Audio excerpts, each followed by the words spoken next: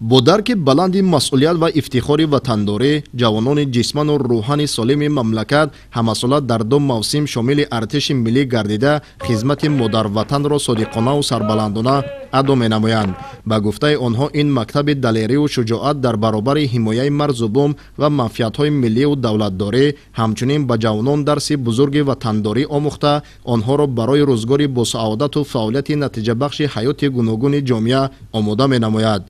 خدمت وطن این مکتب مردانگی است، مکتبی است که باید هر یک جوان از آن گذرد. چنانکه پیشوای ملت در سخنرانی‌هایشان قید میکنند دوست داشتن وطن نه تنها با زبان بلکه باید با عملمون، با رفتارمون، با آن کارهای ماندگاری که در جامعه به انجام میرسانیم باید نشان بدیم. و همین خاطر هر یک جوان وطن دوست، هر یک جوانی که آگاه است به قدر ملت، دولت، وطن میرسد باید خدمت مادر وطن را ادا نماید. امروز شرایطی بود و باش زندگانی عموما خدمت بسیار در سطح خوب قرار دارد. همه روزه ما از شرایط خدمتچیان حربی طریق شبکه‌های اجتماعی تلویزیون آگاه می‌گردیم. طور جوانان خدمت حربی را ادا نموده ابراز می‌نمایند امروز در همه جزء و تام‌های ارتش ملی برای صادقانه و سربلندانه ادا نمودن خدمت مادر وطن شرایط مساعد فراهم آورده شده است. واقعا هم رهبریت دولت و حکومت بخصوص سرفرمانده عالی قواهای مسلح جمهوری تاجیکستان گنرال ارتش محترم امامعلی رحمان از روزهای اول بنیاد ارتش ملی نوابسته از وضع نامساعد حربی و سیاسی، اجتماعی و اقتصادی در کشور به ساختار تشکیلی و شتاتی، تأمینات مادی و تکنیکی و پروگردانی صف‌های ارتش با افسران کسبی و متخصصان ورزیده نظامی توجه مخصوص ظاهر نمودند و امروز قواهای مسلح به یک ارتش ملی پرقدرت کسبی تبدیل یافته است. در اساس فرمان پرزیدنت جمهوری تاجیکستان دعوت تیرماهی جوانان به صف قواهای مسلح جمهوری تاجیکستان آغاز گردید و آماده باشی جوانان در تمام منطقه های تاجیکستان مخصوصا در ولایت ختلان بسیار در سطح خوب براه مانده شده است. چنانکه پیشتر آگاه هستیم 3 دعوت اخیر در روزهای اول در قلمرو ولایت ختلان 100% تامین گردید و این گواهی از آن می‌دهد که جوانان ما بسیار آگاه هستند، دلاور هستند و بسیار روحیه بلندی و تندرستی دارند که در این معرکه مهم سیاسی فعالانه اشتراک میکنند.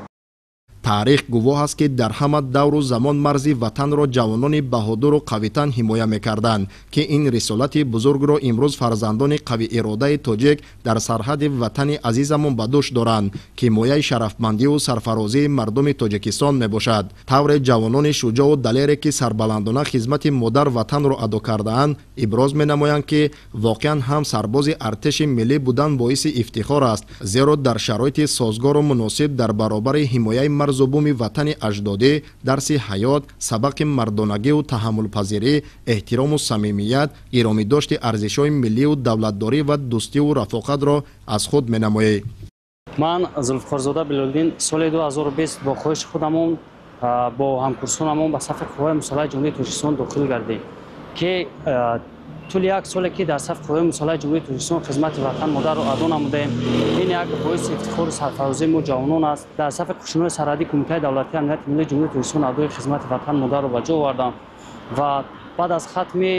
بعد از به اتمام رسیدن خدمت در صف قوای مسلح جمهوری تاجیکستان امروز در یک فضای آسایشته مملکت کار و فعالیت نموده شدیم. همچون معاون رئیس فیلال اتفاق جوانان تاجیکستان در ولایت ختلان امروز کار و فعالیت نموده شدیم که این هم یک باعث افتخار و سرفرازی جوانان است. روحیه و تندرستی و شکست‌ناپذیر سربازان و افسران شجاع وطن در صف ارتش ملی از آن گواهی می‌دهد که امروز زیر غمخواری و سیاست با موفق پیشوای ملت محترم امامعلی رحمان هر یک فرد خودآگاه میهن خاصه جوانان پای حفظ ارزش‌های ملی و دولتداری، صلح و وحدت، ثبات و آرامی، تحکیم استقلال و آزادی و روزگار آسایشته ساکنان دیار استوار و صاحب قدمند. به اندیشه کارشناسان طی سال‌های اخیر راه‌اندازی نمودن کارهای ترغیباتی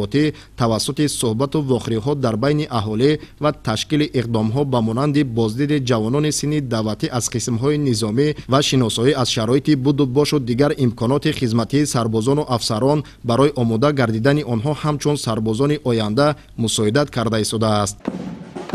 мавриди зикр аст ки ватани маҳбубамон дар давоми солҳои пойдории истиқлолияти давлатӣ ва ваҳдати миллӣ бо дастуру ҳидоятҳои хиратмандонаи роҳбари давлат ва саю талошҳои мардуми соҳибтамаддуну ободгари ватан рӯз аз рӯз ободу зебо гардида истодааст. аз ин лиҳоз ҳифзи ватан ва ҳимояи манфиати давлат мактаби бузурги ҷасорату мардонагӣ ва далерию шуҷоат аст ки ин вазифаи муқаддас ва пурифтихори на танҳо хизматчони ҳарбӣ балки ҳар як фарди солимфикр ва бо нангу номуси кишварамон мебошад.